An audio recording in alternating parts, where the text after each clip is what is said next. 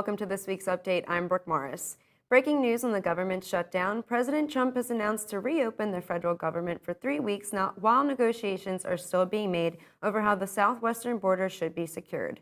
The government shutdown began on Saturday, December 22, 2018 at midnight. The shutdown occurred when President Donald Trump and the United States Congress could not come to an agreement on a bill that would be used to fund a barrier wall along the border of the United States and Mexico.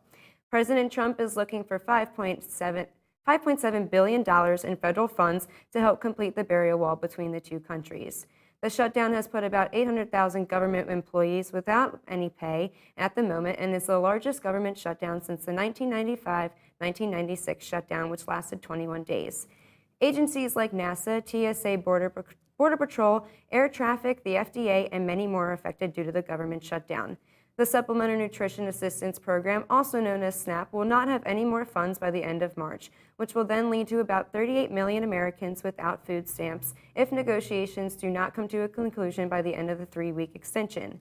The national parks and museums are also not running due to the government shutdown, and it has been reported that 3 people have died in the national parks due to the lack of supervision and federal rangers.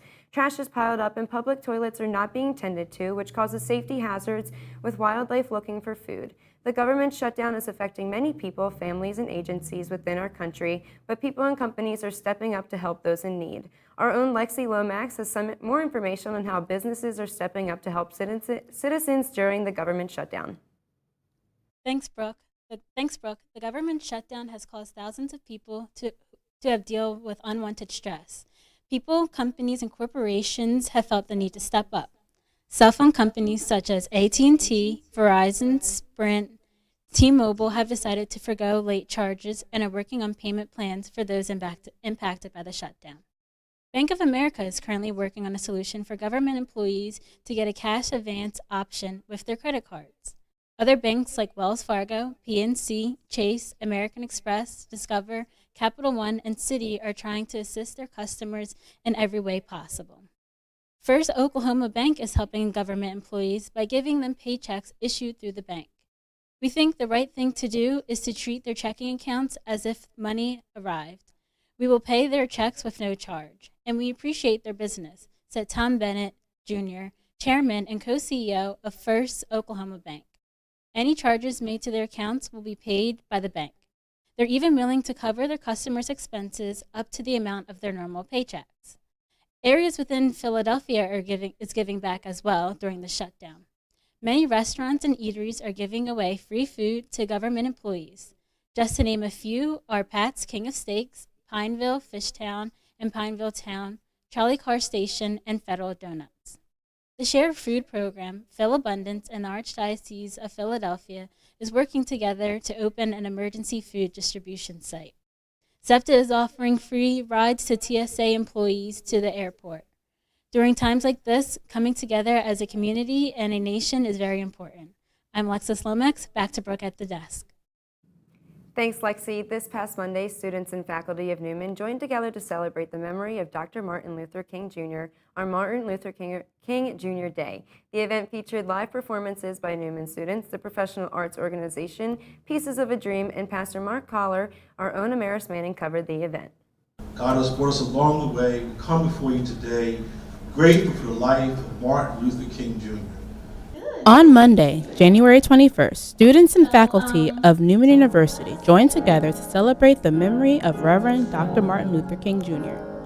Dr. King, an American Baptist preacher and civil rights activist, was assassinated by James Earl Wright on April 4th, 1968.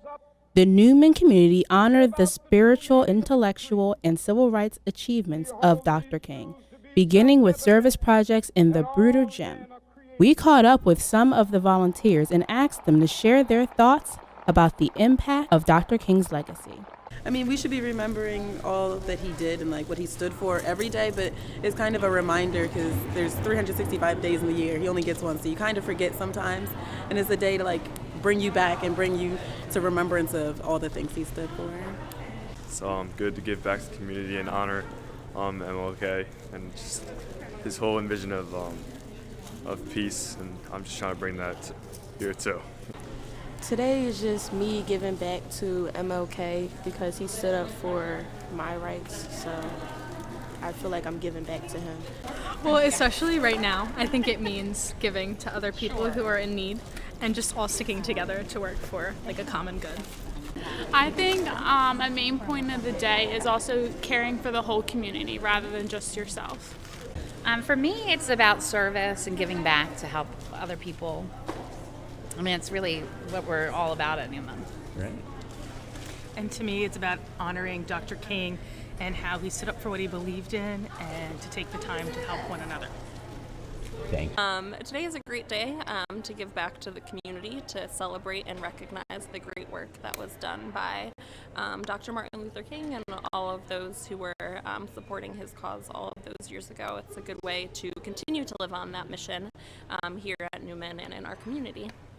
The day concluded with a celebration of Dr. King through music and art in the Mullen Communication Center. The event featured live performances by Neumann students, the professional arts organization Pieces of a Dream, and Pastor Mark Collier. The event today was to celebrate Dr. Martin Luther King, as today is Martin Luther King Jr. Day. We had a lot of speakers and musical performances to celebrate his life and his legacy. At a celebration like this, I am an African American student, so to just have this opportunity, if it wasn't for Dr. King, I wouldn't have this opportunity. So I'm grateful, I'm thankful, and it's just a powerful feeling. At the conclusion of the event, Pastor Mark led the audience in a performance of Overcomer, a fitting song to end a celebration of the life of Dr. Martin Luther King Jr. For the Neumann Update, I'm Amaris. It was a wonderful turnout for this event. Not only was it Martin Luther King Day, but on Monday, but Sunday night we experienced the super blood wolf moon. Our reporter Ria Troilo has the story. On January 20th, the super blood wolf moon was a rare sight to behold. The full moon sank into Earth's shadow, giving viewers a total lunar eclipse, a magnificent coppery red color sphere, which will not happen again until May 2021. Many skywatchers braved bone-chilling temperatures to venture outside and take photos of this majestic event. The lunar eclipse cross is back in Philadelphia. Safely see both the stars and the moon at the same time because the moon is usually too bright, masking the stars in the night sky. You might say, along with President Trump, what happened to global warming? And while most of the U.S. was cold on Sunday, it is actually considered less than 2% of the world's land areas. In fact, Earth was about 0.9 degrees warmer this Sunday than any other from the year 2000. The cold and flu season is upon us. These germs are airborne and can fly up to 6 feet in the air when someone sneezes or coughs. These infections can live outside of the human body for 24 hours. The single most effective way to combat getting sick, we've all heard of this before, wash your hands and be careful when touching card handles in stores, gas pumps, salt and pepper shakers, escalator rails, and ATM buttons, to name just a few. That's all for this week's weather update. I'm Ria Troilo. Back to you at the desk. Thanks, Ria. Flu season is definitely upon us, and taking certain healthy steps to help protect yourself against germs will be very important this year. A lot has been happening in the world of sports. So let's head over to Jared Christman and Leonard Quill, who will give us the sports update this week. Thanks, Brooke. This past Monday, the Neumann men's volleyball team fell to City College of New York in 3 sets.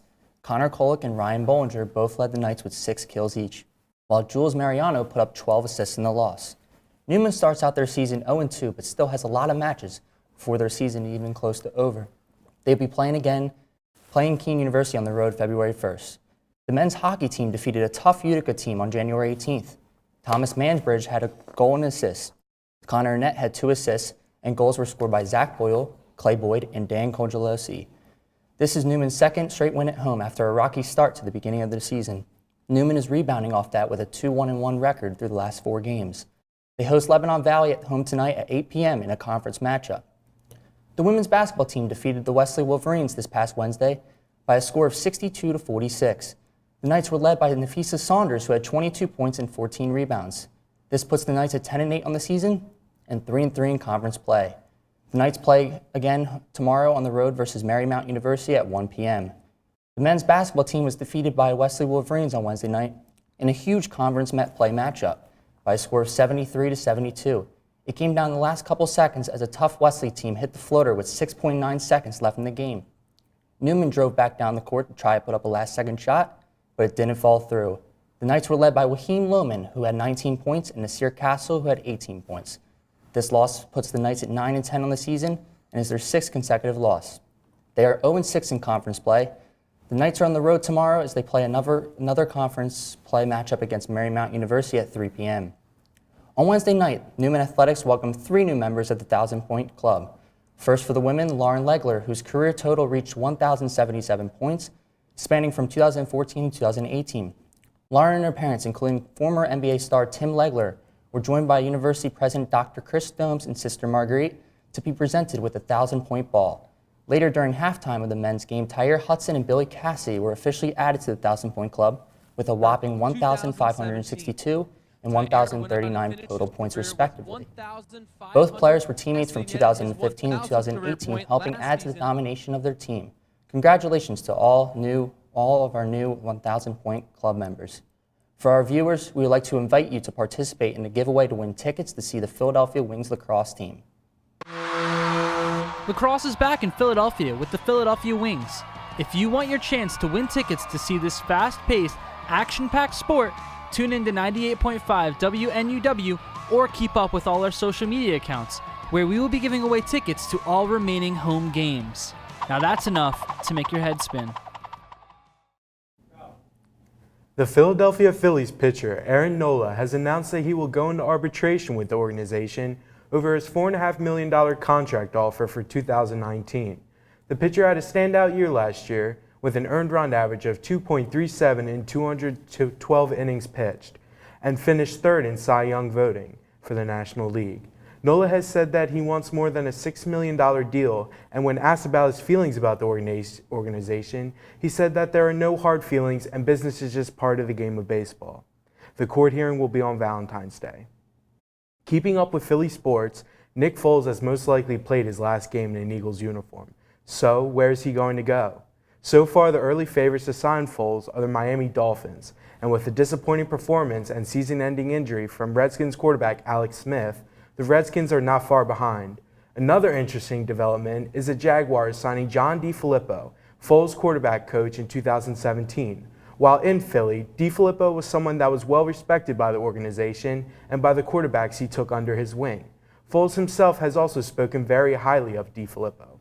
Since the Jags were already one of the early favorites to land Foles since the beginning of the offseason, this could be the deciding factor that brings Foles to Jacksonville. Tom Brady and the Patriots played in their 8th consecutive AFC Championship game last Sunday. The Patriots dominated the Chiefs in the first half, shutting them out through 2 quarters of football. And even though their defense struggled in the second half, giving up 31 points, Tom Brady was able to surgically march his team down the field after receiving the kickoff in overtime, scoring the winning touchdown.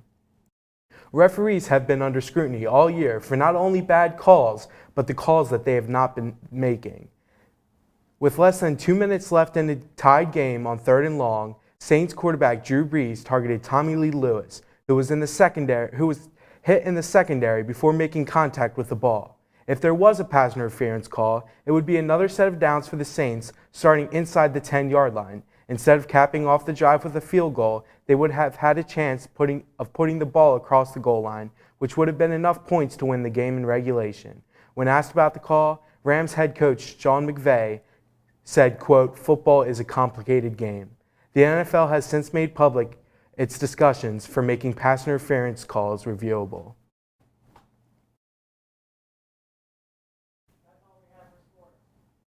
That's all we have for sports. Thanks, Leonard. Don't forget to come out and support your Neumann Knights. That's all for this week's update. I'm Brooke Morris. Have a great weekend.